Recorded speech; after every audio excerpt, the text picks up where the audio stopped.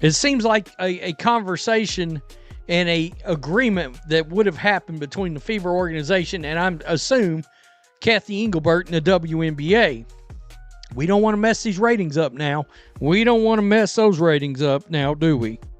When the news broke that Caitlin Clark would not return for the rest of the season, the reaction wasn't just disappointment, it was outrage. Fans who had held on to every update, clinging to the hope of her comeback, felt blindsided and betrayed. For weeks, the Indiana Fever had dangled her return like a promise, keeping ticket sales high and ratings strong, only to pull the rug out from under the very people who kept believing. At the center of this storm is Fever GM Amber Cox, whose carefully worded statement only added fuel to the fire. Instead of easing the anger, it ignited a backlash across social media. With fans calling her out for dishonesty and manipulation, what was once a season of promise has unraveled into a scandal of mistrust, leaving everyone asking, did the Fever value money more than Caitlin Clark's future? Although I kept kind of holding out hope because, well, I wanted a reason to keep watching these games. And that's why the Indiana Fever has gotten dogged out as an organization. Because they purposely kept dangling a carrot in front of people because they wanted them to stay engaged with the games. The anger aimed at Fever GM Amber Cox started with one simple truth. Fans felt deceived. From the moment Caitlin Clark was sidelined, supporters expected honesty about her status. Instead, week after week, vague updates created the illusion that her return was just around the corner.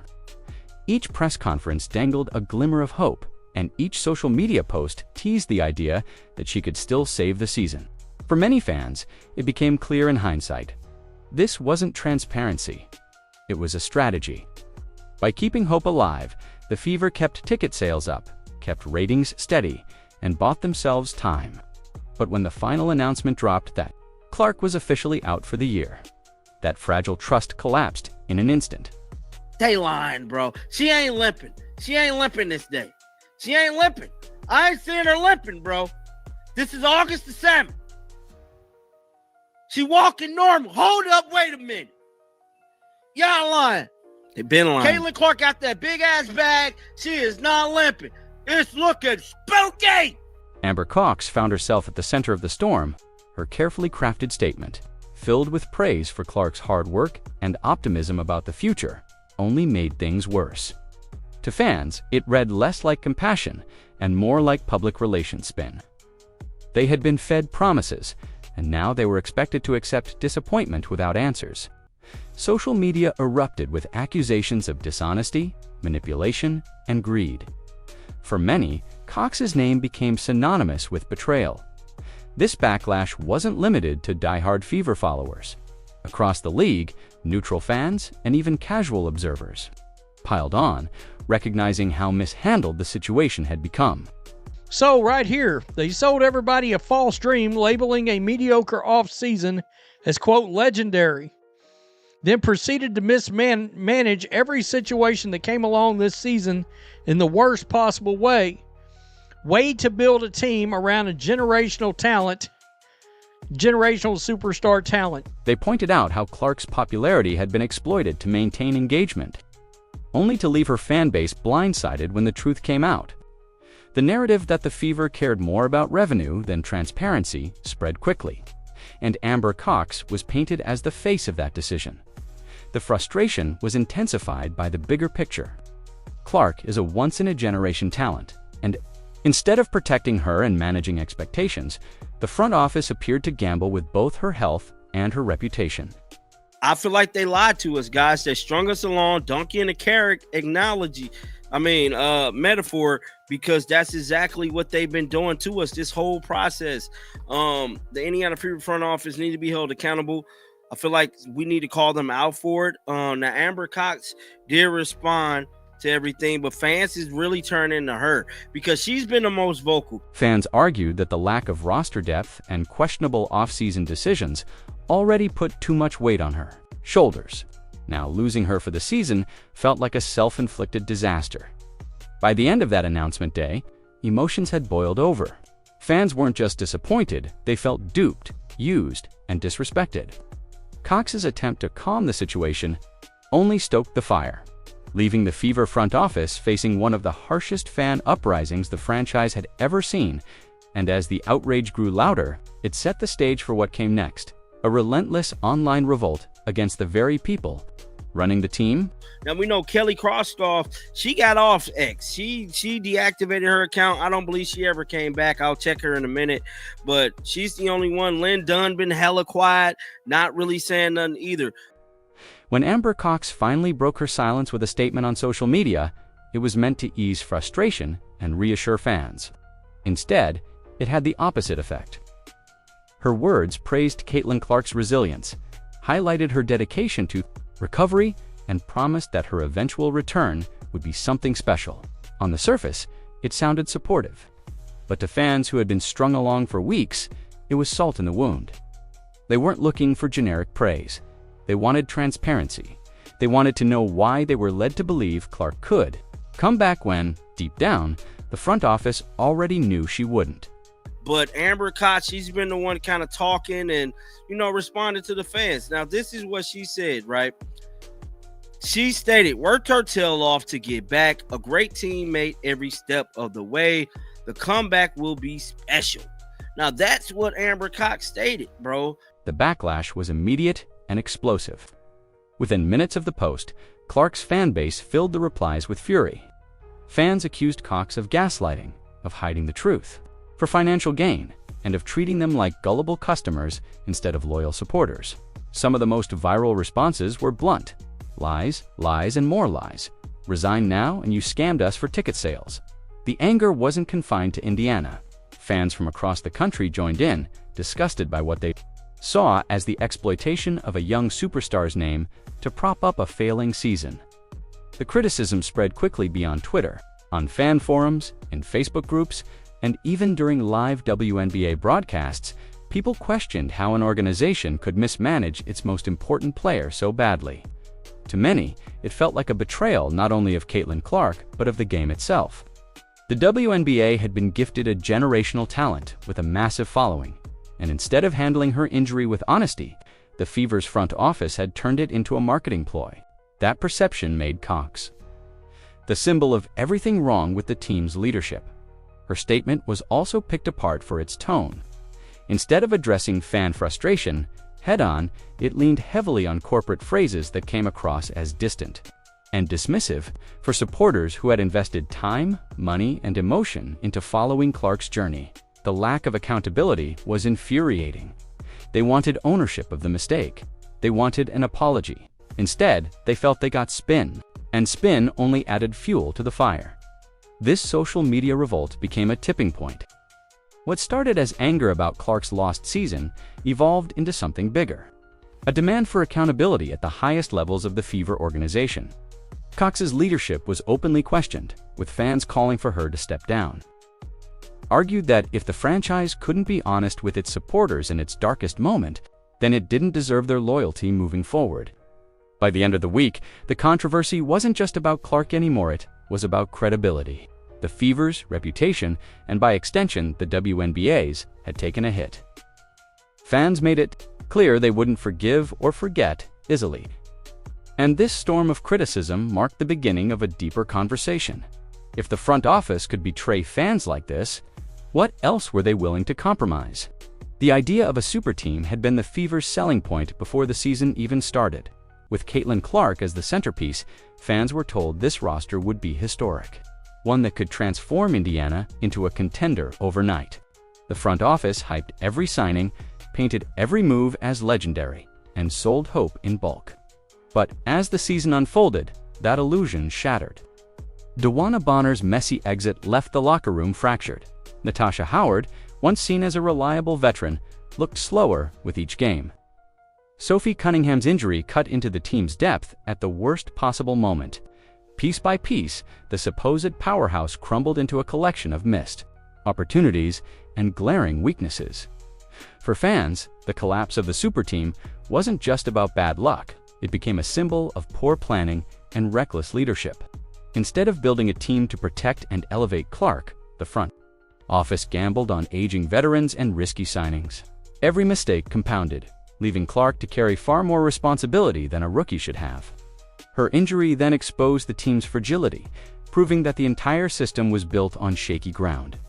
What was sold as a dream season turned into a nightmare of wasted potential. The frustration deepened when fans compared the Fever's approach to other franchises. The Golden State Valkyries, for instance, made strategic moves that kept them competitive, balancing youth with reliable veterans. Meanwhile, Indiana's choices looked rushed, short-sighted, and poorly calculated. Where others were steady, the Fever were chaotic. That contrast made fans angrier, because it proved that building around Clark wasn't impossible, it just wasn't done right. Even more damaging was the realization that Clark's talent had been squandered in the process. She wasn't surrounded by teammates who maximized her strengths, nor was she placed in a system that protected her from burnout. Fans began to question whether the organization had any idea how to handle a generational star. For many, it felt like Indiana had been given a golden ticket but managed to lose it before the first ride. As these frustrations mounted, the narrative around Amber Cox grew harsher. It wasn't just that the season had fallen apart, it was that the front office had overpromised and underdelivered in the worst way possible. The super team was a mirage, and once the truth came out, fans felt they had been sold a product that never existed. The failure of this so-called dream roster didn't just leave the Fever exposed on the court, it left them exposed off. It too, the collapse fueled fan anger, magnified distrust, and raised a brutal question. If this is what happens when you hand the Fever a superstar, can the franchise ever be trusted to do right by Caitlin Clark in the future? If Amber Cox became the target of fan outrage, then head coach Stephanie White quickly became the other lightning rod. Throughout the season, White's presence on the sidelines had been scrutinized, but the pressure exploded once Caitlin Clark's absence became permanent. Fans began dissecting every detail from her body language during games to her facial expressions in press conferences. One viral clip in particular showed White twitching her nose repeatedly while the camera lingered on her during a timeout. To some viewers, it looked like stress eating her alive. To others, it sparked wild speculation about her ability to handle the spotlight. The clip raced through social media, turning White from a coach under pressure into a trending subject of ridicule. What stood out most was how worn down she appeared. Fans commented that she looked like she had aged 10 years in just a few months. Coaching in the WNBA is always demanding, but handling a superstar like Clark while also juggling roster injuries and a toxic front office mess pushed White into uncharted territory. The Indiana job was supposed to be an opportunity to lead a rising team, but instead, it became a burden that exposed every weakness. As the season dragged on, more people began to openly wonder if she even wanted to return next year. The criticism wasn't limited to her appearance. Fans attacked her coaching decisions as well. They argued that her system failed to maximize Clark's unique skills, often slowing the pace instead of letting Clark run the floor. Others pointed out questionable rotations that left the team vulnerable in close games, undermining the very momentum Clark had created. The more these patterns emerged, the more fans linked them directly to White's leadership or lack thereof. By the time Clark's season was declared over, many were calling not just for Amber Cox to resign, but for White to step down as well. The conversation around White also fed into the bigger narrative of mistrust. The front office was accused of misleading fans about Clark's health, then White was seen as the one failing her on the court. Together, they symbolized a franchise crumbling under the weight of expectations. For supporters who had invested in the Fever's future, it felt like betrayal from every direction, executives spinning lies off the court, and a coach unable to deliver results on it. Yet, perhaps the harshest critique came from within fan discussions themselves. The idea that White simply wasn't prepared for the intensity of the spotlight. Handling Caitlin Clark, a player with unprecedented media attention, required not just tactical skill, but also emotional resilience. And with every viral clip, every questionable lineup, and every post-game deflection, White looked less like a steady leader and more like someone in over her head. As criticism mounted, one question began to dominate the fan base. Could Stephanie White survive another season in Indiana? The answer wasn't clear, but one thing was certain: her leadership was now under the microscope, and the anger surrounding Caitlin Clark's lost season had painted a target squarely on her back. as the anger toward Amber Cox and Stephanie White grew louder. Another narrative began to surface, one that struck at the heart of the WNBA itself. Fans started questioning whether Caitlin Clark was not only mishandled by her own team, but also resented by the league at large. The idea sounded far-fetched at first, yet the more people dug in, the more it resonated. Across social media, supporters pointed out that Clark's rise hadn't been embraced by fellow players with open arms. Instead, there had been subtle jabs, icy post-game handshakes, and interviews that downplayed her impact. To many, it looked like jealousy players uncomfortable with the spotlight she brought, unwilling to share the stage with someone who captured the attention of millions almost overnight. This resentment wasn't confined to the locker room. Fans argued that league leadership carried the same attitude. Rather than rallying behind Clark as the face of the future, executives seemed hesitant, even reluctant, to make her the centerpiece. They wanted the money she generated, the ticket sales, the merchandise, the record-breaking viewership, but they didn't want the fans she brought with her. Clark's base was massive, loyal, and often came from outside traditional WNBA circles. Instead of welcoming them, the league seemed to treat them as outsiders, a crowd that didn't fit with its established culture. That tension was amplified by the Fever's handling of Clark's injury. To supporters, the months of dangling her potential return weren't just a local misstep. They felt like part of a larger effort to stall her momentum. Why keep her fanbase engaged with false hope unless the league itself wanted to milk every last dollar from her name while keeping her off the court? It was a conspiracy theory to some, but to others it felt like the only explanation for how badly things had been managed. The resentment theory gained even more traction when fans compared Clark's treatment to how other leagues have handled their young stars. In men's basketball, for example, generational players are often protected, promoted, and given every chance to succeed. With Clark, the opposite appeared true. She was thrown into a poorly built system, overexposed to physical play, and left without proper protection. Instead of setting her up as the cornerstone of the WNBA's growth, it looked like the league was dragging its feet, afraid to let her overshadow its existing veterans. This perception turned frustration into anger, not just at the Fever, but at the entire WNBA structure.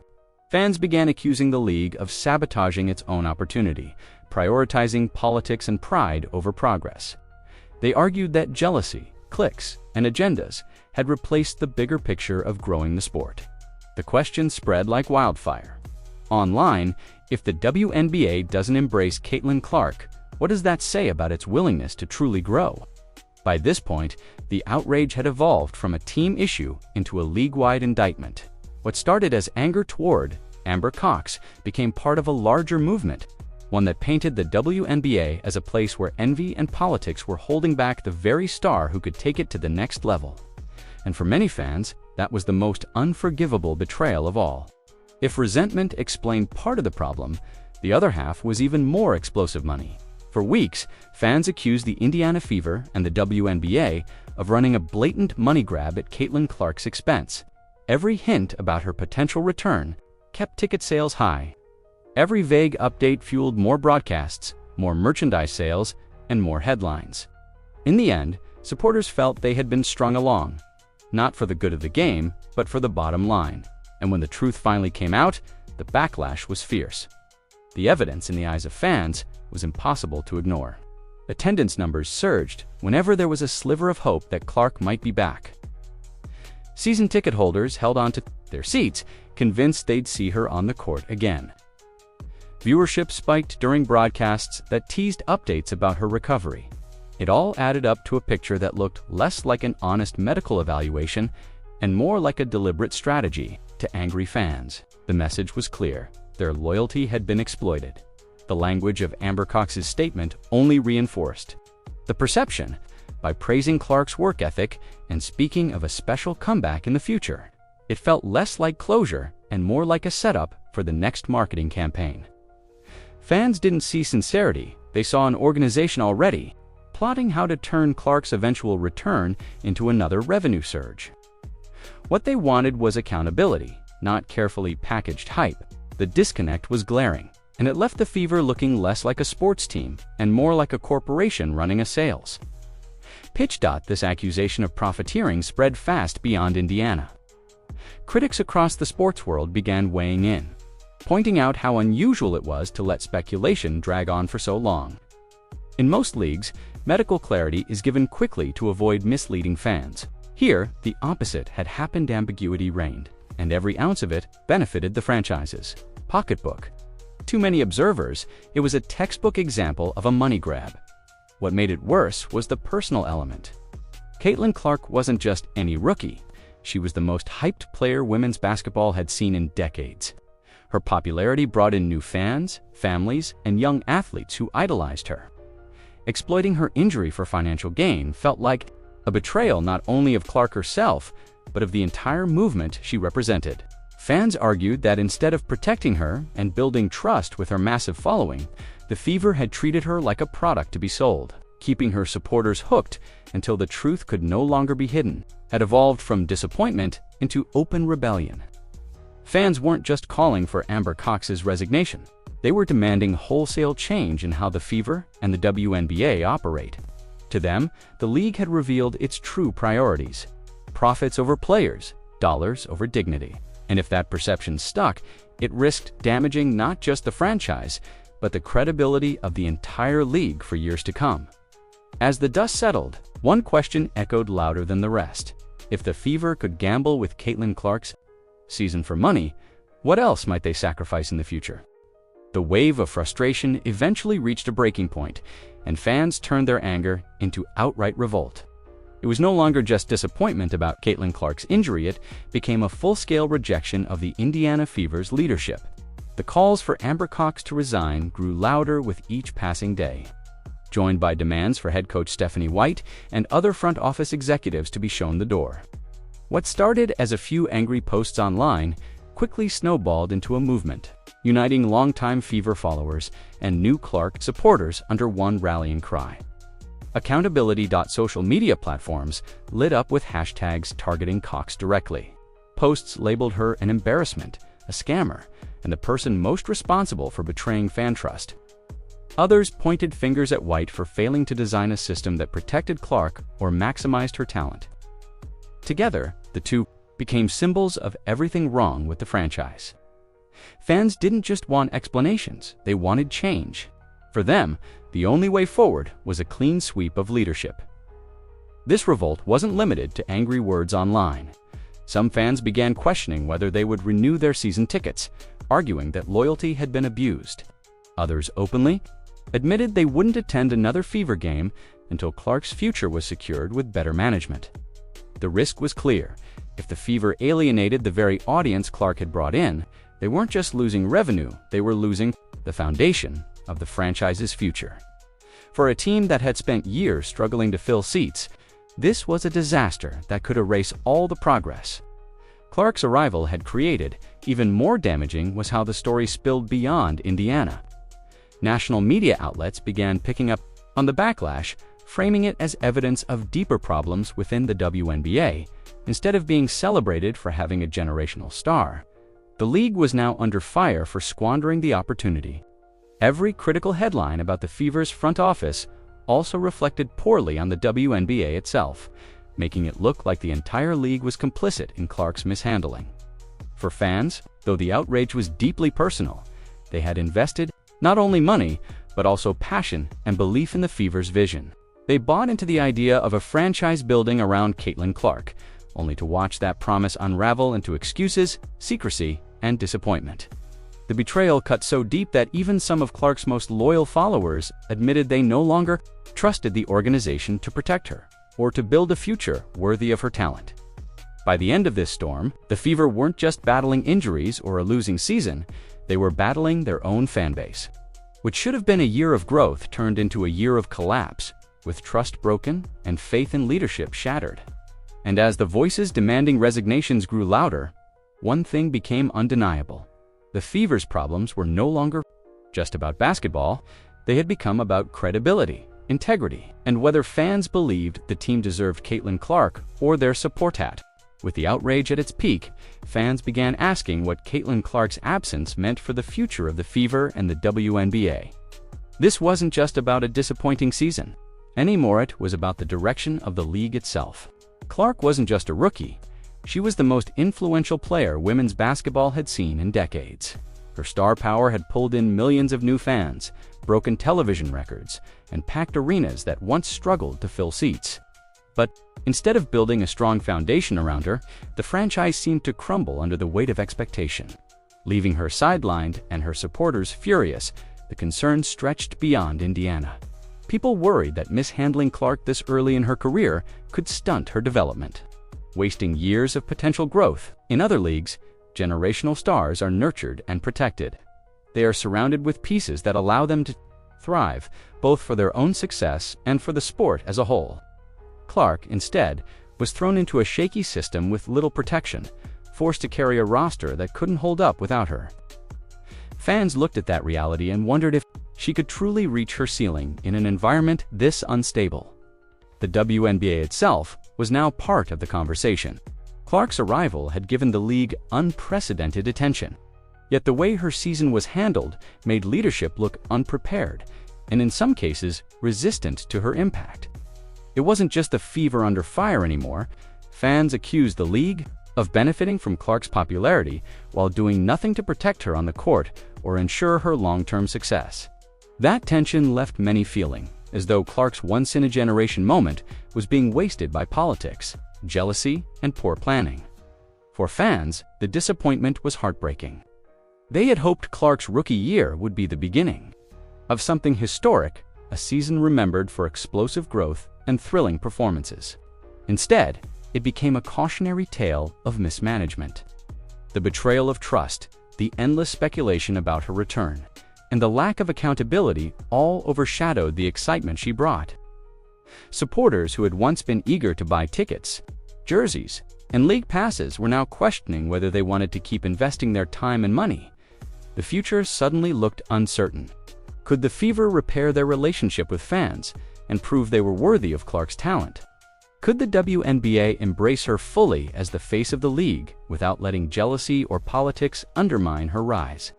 These were the questions echoing across social media, sports talk shows, and fan communities. One thing was undeniable. The league had been handed a golden opportunity, and in the eyes of many, it had already slipped through its fingers. What comes next for Caitlin Clark will not just define her career. It will determine whether the WNBA can seize this moment or watch it vanish before it ever truly began. The Indiana Fever's season was supposed to be a story of rebirth, powered by Caitlin Clark's once-in-a-generation talent. Instead, it collapsed into controversy, betrayal, and broken trust. Fans who believed in a bright future were left feeling deceived, watching as the franchise mismanaged its greatest asset and mishandled its most loyal supporters. Amber Cox's words did little to calm the storm, and Stephanie White's struggles only deepened the perception of chaos. Beyond Indiana, the entire WNBA now faces the fallout. A league that desperately needed growth risks losing momentum by alienating the very fanbase Clark brought in. Her absence became more than an injury, it became a symbol of failure at every level. And as the anger settles, one truth remains. If the Fever and the WNBA cannot protect and elevate Caitlin Clark, they may not only lose their star, but the future of the league itself.